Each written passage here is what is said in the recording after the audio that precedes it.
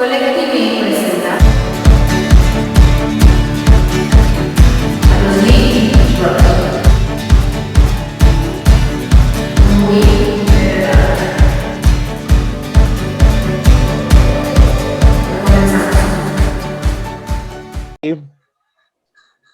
Hola, ¿cómo están? Buenas tardes, estamos aquí saludándolos desde Querétaro, México, en un episodio más de los Libros, el podcast. Los saluda aquí Wii y mi hermano Pepe Panda. Hola, Panda. Hola, maestra, ¿cómo está? ¿Qué novedad nos trae hoy? ¿Con qué nos va a sorprender el día de hoy? Ya que ya estoy dado de alta por si andaban con el pendiente. Sí, ya, con salud todo es mejor, entonces pues vamos a comentar varios puntos el día de hoy. Y Sí. pues bueno, el día de hoy te voy a platicar de un libro que se llama El Esbirro. ¿El esbirro tamarindo? No, sí tiene que ver un poco con el vodka, pero no tiene que ver con el de tamarindo en lo absoluto. Ok. El autor, bueno, el autor, aunque ahora vamos a hacer algunas precisiones, es Sergei Kurdakov, es un ruso, y pues esta es la historia de un joven en los años 70. Inicia con la fuga de Sergei Kurdakov, está contado por él mismo, en su biografía. Inicia en el año de 1971 con la fuga de él brincando desde un barco soviético pues al mar para llegar a Canadá, ¿no? Y entonces escapando del comunismo de plano y pues teniendo casi alucinaciones por la hipotermia y todo. Y entonces él cuenta ese momento en el que ha decidido escapar y por qué pues viene todo este asunto de fuga, ¿no? Entonces, a partir de ahí viene como esta analepsis, este flashback para recordar exactamente, o sea, irnos explicando cuál fue su situación.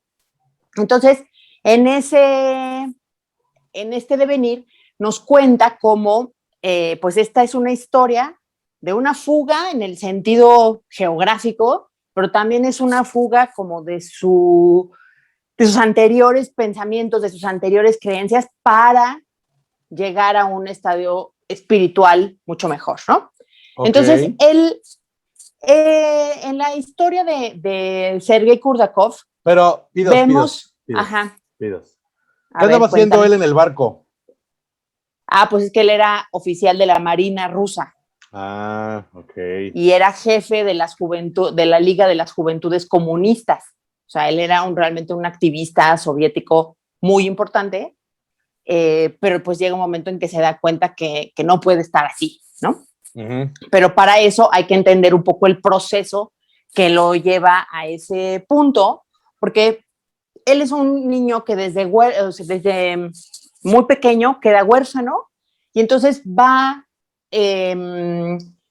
va a dar a un orfanatorio del Estado, y en este orfanatorio del Estado resulta que no solamente hay niños huérfanos como él, sino que también hay otros niños que están ahí porque fueron retirados de sus padres por considerar que sus padres eran creyentes o que tenían ideas contrarias al Estado, y entonces los alejan de los padres, se los arrebatan a sus familias para llevarlos a vivir y pues tenerlos en una educación que tenga que ver con toda la línea comunista, ¿no? Entonces, toda esta primera etapa de su vida, digamos, pues a mí me parece que narra como todo un proceso de adoctrinamiento en el que él crece, porque entonces al llegar al primer orfanatorio le dicen que él ahora forma parte de los octobristas, ¿no? De los octobristas que pues son algo así como la infancia, como de entre los 5 y los 9 años, los niños a los que empiezan a adiestrar en la doctrina de Lenin especialmente, porque por eso son octobristas, porque en octubre de 1917 es cuando estalla la revolución de Lenin, y entonces a estos niños se les considera como nietos de Lenin, ¿no? Entonces les empiezan a sembrar una serie de información, de datos, para que ellos crezcan idolatrando a Lenin, y así él es como él se vuelve como en este adoctrinamiento. Después va pasando a través de otros orfanatorios, de otras, pues sí, sobre todo en orfanatorios, y entonces pasa a la siguiente etapa, que son las ligas pioneras, las ligas pioneras, en donde ya son como otro rango, ¿no? Es como, ahora son, pues creo que hijos ya de Lenin, ¿no? Eso, así van a ser hijos de Lenin, y entonces van como de los 9 a los 15 años, son los que entran en ese rango, para después migrar a las juventudes comunistas y demás adultos, ser miembros del Partido Comunista, en cuyo caso se convertirán en camaradas de Lenin, ¿no? O sea, es como ir subiendo de rango para estar hasta este nivel igualitario.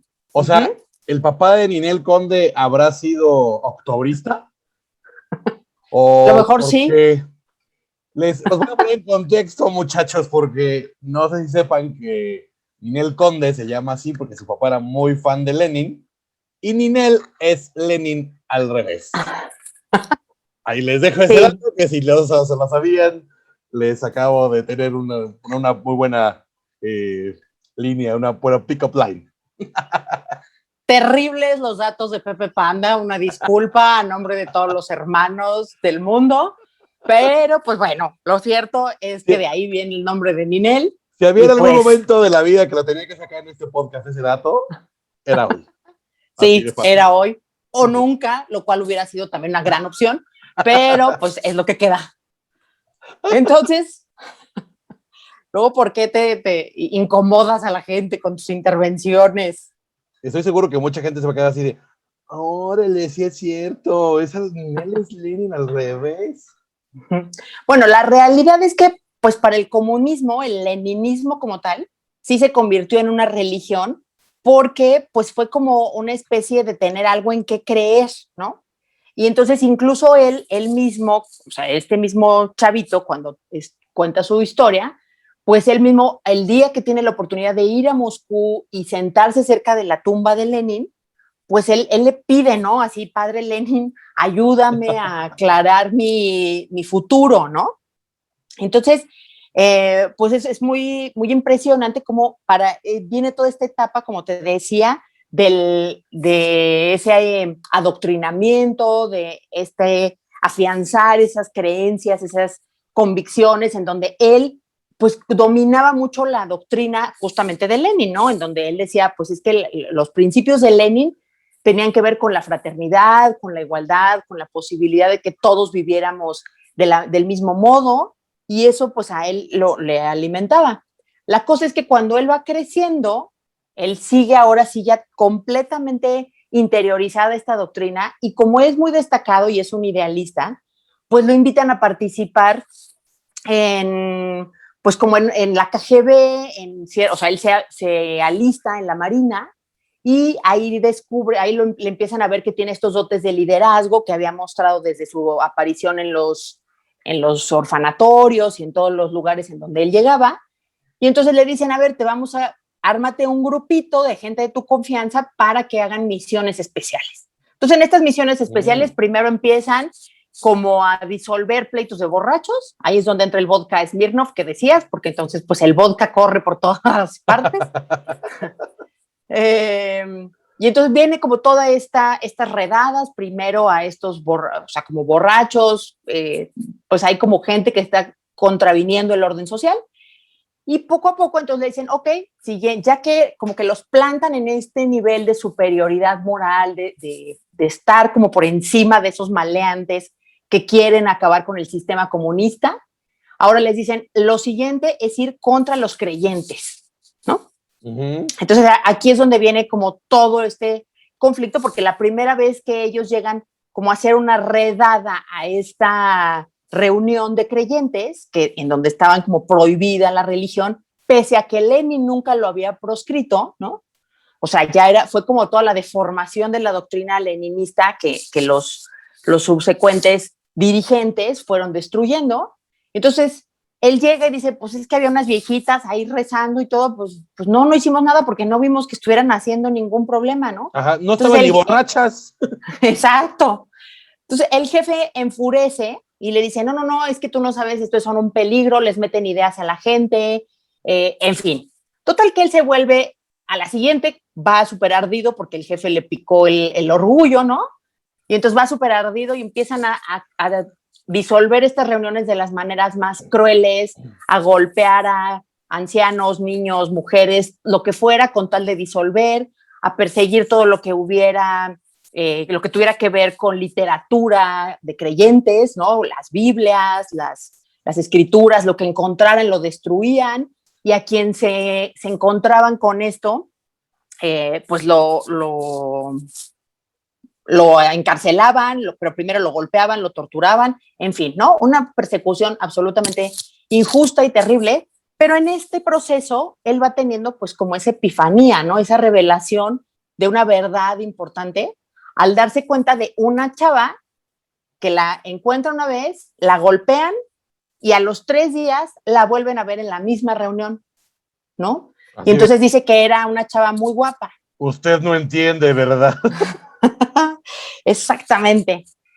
Y todavía después, en una tercera reunión, aparece Natasha Zdanova, que es el nombre de la chava esta, que dice, pues era ojos azules, muy, muy guapa, que a él le impacta, y especialmente le impacta su valentía, ¿no? Incluso a la tercera ocasión ya ni siquiera le hacen nada porque dicen, pues claro, o sea, esta mujer tiene como demasiada valentía en la forma en que defiende su fe, la manera en que está casada con sus convicciones, y entonces a él le marca muchísimo esta actitud, sobre todo esta osadía, esta rebeldía de Natasha, y a partir de ahí, pues él como que entra, ya después de que viene de este adoctrinamiento, idealismo, en fin, viene como la epifanía y el desencanto, ¿no? A eso se le suma que el 22 de abril de 1970 se celebraba el 100º aniversario del nacimiento de Lenin. O sea que mañana 22 de abril estaremos festejando el 151 años del nacimiento de Lenin, ¿no? Ah, muy bien, muy bien. Siempre el timing perfecto en este podcast, como Cumpleaños sabes. feliz a Lenin, ¿eh? Y entonces ese día descubre como a los altos jefes del ejército totalmente borrachos, totalmente fuera de sí, en donde no les importa en a lo absoluto estas teorías como muy puras de Lenin, sino solamente sacar provecho del sistema. Y entonces él dice, pues es que todo esto en lo que yo creí, en estos idealismos, etcétera, no tienen realmente una conexión con la realidad, ¿no? Y pues bueno, siguen las redadas hasta que él dice, esto ya no tiene, ya no se puede, ¿no? No se puede más. E incluso en una Biblia que él incauta, él encuentra un pensamiento que, en donde, o sea, le empieza a leer así como por curiosidad antes de destruirla, y dice él, pues es que yo no encontré nada que tuviera que ver con destruir el sistema comunista, sino al contrario, hablaba de ser mejores, de perdonar a los demás. Y pues me pareció que era totalmente absurdo todo lo que estaba haciendo, cruel, injusto, desmedido. Y entonces es cuando decide huir. Y viene ahora sí la travesía para huir de Rusia. Tiene que tomar este barco, tiene que hacer una serie de cosas. Y pues este es un caso de la vida real, ¿no? Pero de hecho, ¿nunca intenta ligarse a la Natasha? No, en principio de cuentas no creo que Natasha hubiera querido saber nada de él después de que la había maltratado como lo peor. Así de, y en segunda, un error lo comete cualquiera, Natasha. No, en principio de cuentas, de hecho, la versión en inglés se llama Forgive Me, Natasha, ¿no? Órale. Porque realmente la presencia de Natasha es lo que a él le mueve y tiene pues entonces esta necesidad de decir, pues, ¿qué hay en estos creyentes que yo no estoy entendiendo? ¿Por qué defienden así? ¿Por qué se exponen a pasar estos apuros, estos momentos tan dolorosos con tal de defender su fe? Y no veo realmente que, o sea, y ahora que lo veo de cerca, me doy cuenta que no le están haciendo daño a nadie, y nosotros sí, ¿no? O sea, nosotros sí vamos y los perseguimos, sí vamos y los atacamos, lo mismo a ancianitas, ancianitos, a todo por igual, ¿no? Entonces es cuando viene toda esta escapatoria, él logra escapar a Canadá y pues ahí pues él decía, en ese momento en el que tiene que huir, dice, pues yo nunca le había pedido nada a Dios, pero ese era el momento en el que dije, pues a este Dios al que Natasha le pedía tanto, yo también le pido que me salve y me deje llegar a tierra firme, ¿no? Para salvarme y que no me encuentren pues los rusos, porque entonces ahí sí, o sea, la muerte sería lo mejor que me podría pasar, o sea, primero vendrían todo tipo de torturas. Entonces, pues él llega y al final, pues este chavo muere joven en un caso muy extraño, que no les cuento para que lo lean. Es lo que te iba a preguntar, si seguía vivo este cuate. No sigue vivo, pero su testimonio ahí queda. Desde luego es un testimonio que está, creo yo que ya un poco ficcionalizado, es una biografía que ya ha tenido, él de hecho llega cuando el papá de Justin Trudeau era el primer ministro de Canadá, ¿no? En esas épocas de los 70. Okay. Y pues bueno, aquí viene entonces su momento a una verdadera conversión, cuando él llega y entonces dice, pues no sé ni cómo, pero yo sé que ahora tengo que pedirle a Dios, tengo que ir a la iglesia, entender cómo hacen estos creyentes para resolver su vida con esa fe, y así se empieza pues a involucrar en grupos de creyentes, ¿no? Concretamente pues son grupos cristianos, y en ese sentido pues es como te decía, una historia de conversión, y él además se dedica a dar pláticas, a dar su testimonio de precisamente ese proceso de conversión. Y como te decía, como está hilvanado en la historia, pues es realmente como una fuga de esa vida anterior en cuanto a lo geográfico, de salir de Rusia y venir a América, pero además pues de estar como creyendo en algo que ya no estaba solventado y ahora dedicarse a un propósito mayor, ¿no? A alimentar esa parte espiritual del ser humano que definitivamente es importantísima, ¿no? Entonces, la verdad es que es una historia interesante, es como muy, pues son otras facetas, si bien sabemos como toda esta etapa de la Guerra Fría, de todo lo que se cocinaba en Rusia, pues es una manera interesante de acercarse, y desde luego pues es un testimonio también de fe, de conversión, tiene esta parte evangelizadora, ¿por qué no decirlo? Pero ahí está, y es una historia pues que les recomiendo. Muy bien, así maestra. Que ahí te va. Muy bien. Suena interesante la de el esbirro amarillo. Sí lo es. Así está. Muy y bien. De hecho, pues ahora le quiero mandar un especial saludo a todas mis amigas del Club de Lectura, que fue ahí donde propusieron, a Sofi Tinoco en especial, que desde hace varios años estaba insistiendo en que leyéramos El Esbirro, No habíamos tenido manera de conectarlo con las otras temáticas del Club de Lectura, pero ahora ya lo hicimos, y muchas gracias, Sofi, por la recomendación, y a todas mis amiguitas de ese Club de Lectura, lectoras de verdad, que pues ya lo leyeron y también seguramente disfrutarán comentar el punto sobre este libro. No las he visto en el cuadro de honor, a las del círculo de lecturas, ¿eh? Así que pónganse las pilas, muchachas. No, el Club de Lectura ocupa otro lugar especial, es un cuadro de honor, Honorario. Honorario totalmente, porque tienen más lecturas que muchos de nuestro cuadro de honor, a quienes también les mandamos saludos y un abrazo, pero pues así va.